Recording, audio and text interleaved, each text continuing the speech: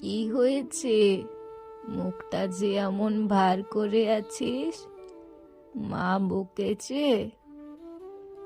না ঠাম্মি, মা বকেনি, কিন্তু জানো, স্কুলে না সবাই আমাকে রাগায়। আমি কিচ্ছু বলতে পারি না।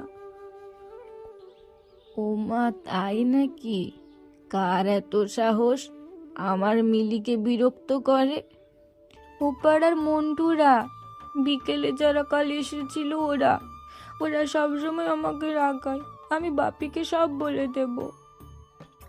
এই, কিরে, তুই আবার এখানে চলে এসেছিস? আমি যে ঘরে তোকে পড়তে দিয়ে আসলাম রে। সব সময় শুধু গল্প চাই ওর। মা, আপনারও কোনো একটা কাণ্ডজ্ঞান নেই। সকালবেলায় মেয়েটা পড়বে, আপনি গল্পের আসর জমি দিলেন ওর সাথে। এই চল, ভেতরে চল। না। আহ বৌমা, সবসময় মেয়েটাকে অমন করো কেন বলো তো? হ্যাঁ, ওই তো, আপনাদের প্রশ্রয় পেয়েই তো ওর এই অবস্থা। জানেন কত নম্বর পেয়েছে ও পরীক্ষাতে? কিরে মিলি, এবার বল।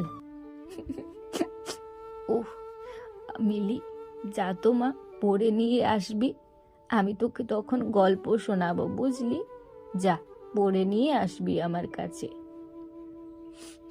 আচ্ছা, আমি এক্ষুনি চলে আসবো, তুমি এখানেই থেকো কিন্তু।